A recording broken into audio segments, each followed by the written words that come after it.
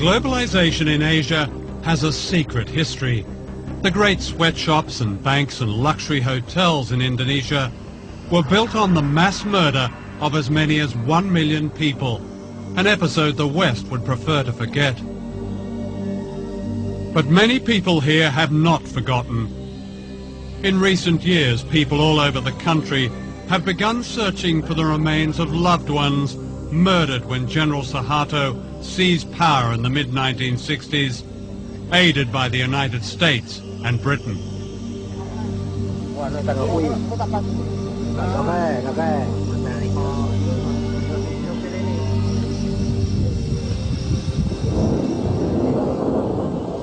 Until recently, the truth of this episode has remained so secret that this is the only known photograph of the atrocities.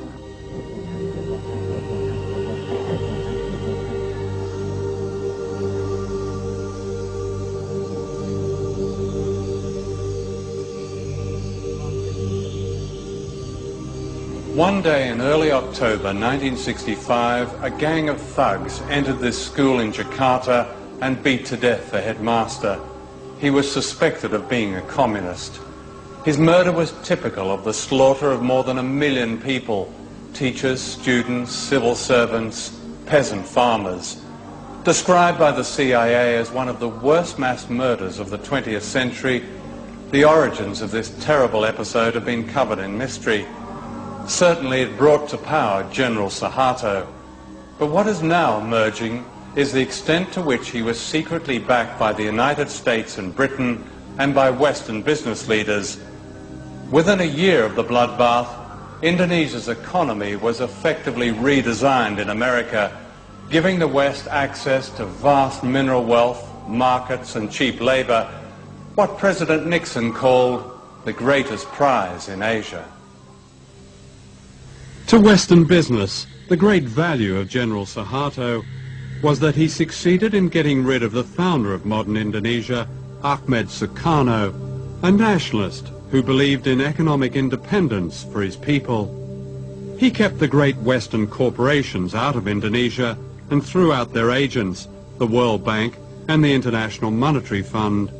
It was only when one of his generals, Suharto, seized power that the door was open to Asia's greatest prize.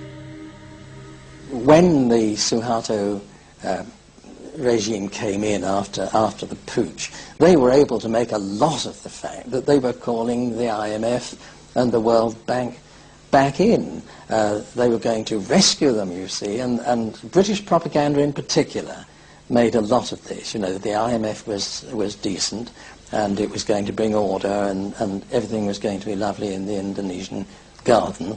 And as I say, a British diplomat still alive has said to me that was very much a part of the deal. Britain and the United States secretly conspired to back General Suharto. The American ambassador assured him that the US government is generally sympathetic with and admiring of what the army is doing.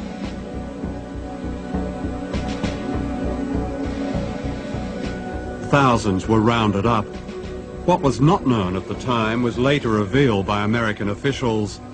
The CIA had supplied a list of 5,000 opponents to be assassinated, and embassy officials ticked off their names as they were murdered. The British ambassador recommended a little shooting as an essential preliminary to effective change. In the first few days, the British sources in particular purported not really to know what was going on. Of course they knew what was happening. I mean, there were bodies being washed up on the lawn of the British consulate in Surabaya. There were bodies floating all over the Malacca Strait and so forth. A man called Hadi Broto, a lieutenant colonel or something, was anxious to take some troops, Indonesian troops, from the east coast of Sumatra, from the northeast coast of Sumatra, to east and central Java, so that they could take part in what we now know was this terrible Holocaust, really. He found a Panamanian ship, and the ship sailed with the troops down the Malacca Strait, escorted by 2 British warships. So the British were directly involved in, as what you describe as a Holocaust. Well, I would count that some sort of involvement, wouldn't you? The American press reported these events not as a crime against humanity, but in terms of their economic advantage to the West. Time magazine called them vengeance with a smile, and the West's best news for years. Others described a gleam of light in Asia. The seeds of globalization were planted in the bloodbath. In 1967, the Time Life Corporation sponsored a conference in Switzerland that planned the corporate takeover of Indonesia. It was attended by the most powerful businessmen in the world, such as David Rockefeller. The giants of Western capitalism were represented: the oil companies, the banks, General Motors, British Leyland, ICI, British American Tobacco, Lehman Brothers, American Express, Siemens.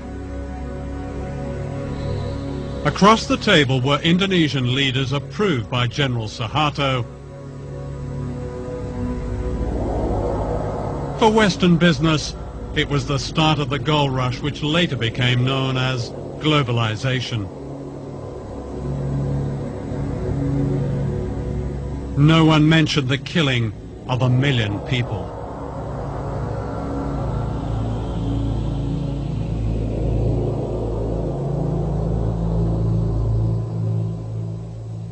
I've never, ever heard of a situation like this for any country, where global capital essentially holds a meeting with state and hammers out the conditions of their own entry into the country. The conference went on for 3 days. The first day was when the Indonesians spoke and essentially made their case. They divided into 5 different sections on the second day.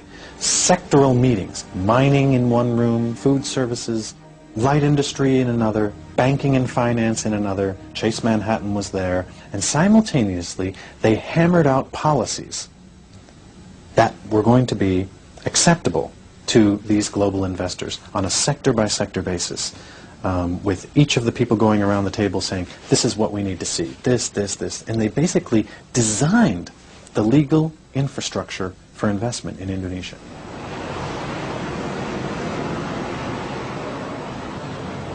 Was the foreign business community here aware that they were dealing not just with a corrupt, nepotistic dictatorship, but also with a mass murderer?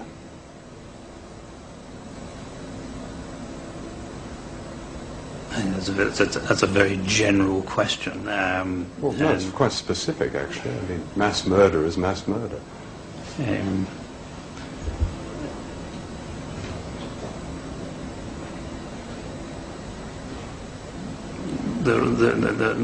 The fact that many people have died in Indonesia in unfortunate, tragic circumstances at the